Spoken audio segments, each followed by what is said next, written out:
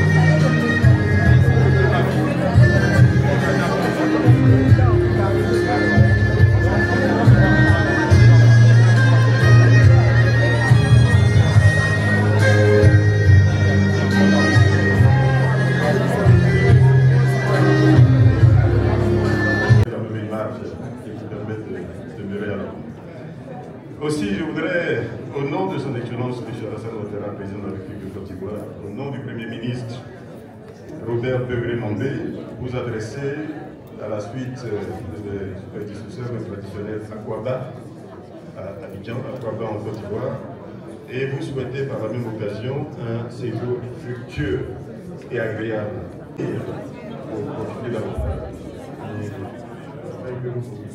Mesdames, Messieurs, l'habitat occupe une place centrale dans la politique de... Hello, ici Christian Séry, je suis en Côte d'Ivoire, je suis à Abidjan, je suis à l'événement des 60 ans de la Chambre du droit des affaires de l'immobilier de Côte d'Ivoire. Ici, le ministre de la Construction est là, il est en pleine conférence et nous allons faire approcher les professionnels de l'immobilier. On va leur poser la question de savoir quel est l'impact de la Y4 sur l'immobilier dans le Grand Abidjan et également les nouvelles réformes du gouvernement s'agissant des attestations villageoises que le ministère de la Construction veut reprendre en main et gérer, et également le guichet unique du foncier. Donc nous allons approcher les gens, leur poser des questions et voir leur avis. Donc à tout de suite, à tous personnes d'Afrique. Si c'est la première fois que tu te connectes sur cette chaîne, je t'invite à liker, partager et à t'abonner. Ici on parle de business, on parle de leadership, on parle d'éducation immobilière. À très bientôt. Je suis Christian Séry, votre serviteur. Je suis agent immobilier, je suis investisseur, je suis entrepreneur. Allez, à tout de suite. Bienvenue encore sur Tout se passe en Afrique. Ici Christian Séry, je suis votre serviteur. Je suis en face de monsieur Rémi. Monsieur, bonjour. Et qu'est-ce que ça vous fait d'accueillir ce grand événement-là qui parle d'immobilier en Côte d'Ivoire? Écoutez, c'est un événement important puisque c'est en même temps un anniversaire important, c'est les 60 ans. Mais c'est aussi les 60 ans de notre groupe. Oh, donc, really? Oui, absolument. Donc c'est presque un double anniversaire. Là, on est très content de les accueillir, bien entendu, que cet anniversaire se fasse chez nous. Et puis l'immobilier est bien sûr en plein développement ici sur la Côte d'Ivoire et pas seulement à Abidjan mais sur la Côte d'Ivoire. Donc c'est bien finalement d'accueillir cet événement ici et montrer que justement l'immobilier est en pleine effervescence. Absolument. Voilà. Selon vous, quelle est la tendance de l'immobilier en Côte d'Ivoire? La tendance de l'immobilier, quelles sont les tendances? Non, je pense que la tendance est plutôt bonne. Moi je suis arrivé ici il y a moins d'1 an, donc j'ai moi-même cherché à me loger. Et je peux vous dire que ça n'était pas facile du tout de trouver finalement chaussures à mon pied. Donc ça prouve que l'immobilier est en forte demande. Et le développement, on le voit, il y a aujourd'hui beaucoup de construction. Donc ça prouve que ça va répondre prochainement à la demande. Voilà, donc l'offre sera là. Parfait. Merci. Je vous remercie. Merci à vous. Que pensez-vous de l'impact de la Y4 sur l'immobilier dans le Grand Abidjan? Alors je pense que c'est déjà une très bonne chose qu'on puisse avoir des routes parce que nous avons quand même un réseau véhicule qui est très dense. Donc avoir des routes, ça amène forcément des personnes à pouvoir non seulement se déplacer facilement et à pouvoir relier les points entre travail ou dans les différents commerces ou les écoles même assez facilement. Donc c'est forcément une très bonne chose. Ça permet de pouvoir avoir une accessibilité entre les différents quartiers, de pouvoir encore une fois se déplacer assez facilement, de relier les différents quartiers sans problème. Donc voilà, donc c'est tout bénéfique pour la population ivoirienne. Et la prochaine question, c'est il y a des nouvelles réformes au niveau de l'immobilier en Côte d'Ivoire. Donc le ministère de la Construction a décidé d'initier ce qu'on appelle le guichet unique foncier. C'est-à-dire qu'avant, pour les voitures, il y avait un guichet unique pour les voitures. Ils veulent faire la même chose pour l'immobilier. Qu'en pensez-vous? Dès lors que le gouvernement prend une mesure pour pouvoir réguler un secteur, on ne peut qu'applaudir et dire que c'est une très bonne chose. Si ça permet par exemple de pouvoir gérer de façon efficace notre secteur qui tend à être un peu désorganisé, on ne peut qu'applaudir. Si en plus de cela, on peut avoir plusieurs guichets dans plusieurs villes à l'intérieur du pays pour éviter que les populations se déplacent sur Abidjan qui est déjà saturé en termes d'infrastructure, on ne peut qu'applaudir. Voilà. Merci beaucoup. La question c'est, qu'est-ce que monsieur en pense de l'impact de la Y4 sur l'immobilier dans le Grand Abidjan? Je pense que ça va être un apport, un appui, parce que c'est vrai que même choisir son immobilier, son lieu de résidence, la route impacte. Et donc, cette voie de contournement, la Y4 est très importante pour toutes les populations. Ça permet de gagner du temps. Et donc, ce gain de temps-là peut permettre aux populations d'aller un peu plus dans la profondeur, de ne pas forcément se cantonner. Voilà, c'est ce que je peux dire. Voilà. C'est un apport positif.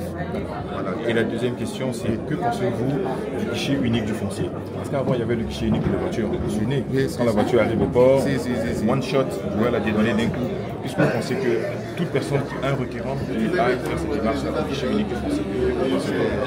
Toujours dans la même dynamique, c'est-à-dire que c'est toujours du positif. Le guichet unique du foncier regroupe et cantonne presque. On n'est pas obligé de faire plusieurs tours. Donc, au niveau du guichet unique du foncier et de l'habitat, vous rendez, vous déposez les documents de base, vous faites votre demande d'ACD. C'est une très bonne chose pour les populations. pour sécuriser les biens immobiliers qu'on veut projeter. Voilà, on projette. Et la dernière question qu'on a pour vous, c'est le ministère de la Construction veut reprendre en main les attestations villageoises. Qu'en pensez-vous? Bonne chose. Une bonne chose parce que les attestations villageoises ont été pendant longtemps une source de beaucoup de conflits. Voilà. Les arnaqueurs qui profitent de tout genre pour les plusieurs titres qui sont créés sous une même propriété, ce n'est pas forcément des choses à sécuriser. Donc l'idée, je pense, du ministère de la Constitution, c'est de surtout sécuriser l'acte. Après, dans la mise en application et dans la mise en forme de cette procédure-là, voilà, il faut que toutes les parties soient vraiment au même pied d'égalité, comprendre la chose et puis l'adapter, parce que toute innovation est une source de problèmes. Des conforts même. Des conforts. Et dès qu'on commence à comprendre, voilà, je pense que les choses vont se battre. Merci beaucoup, Allez, monsieur.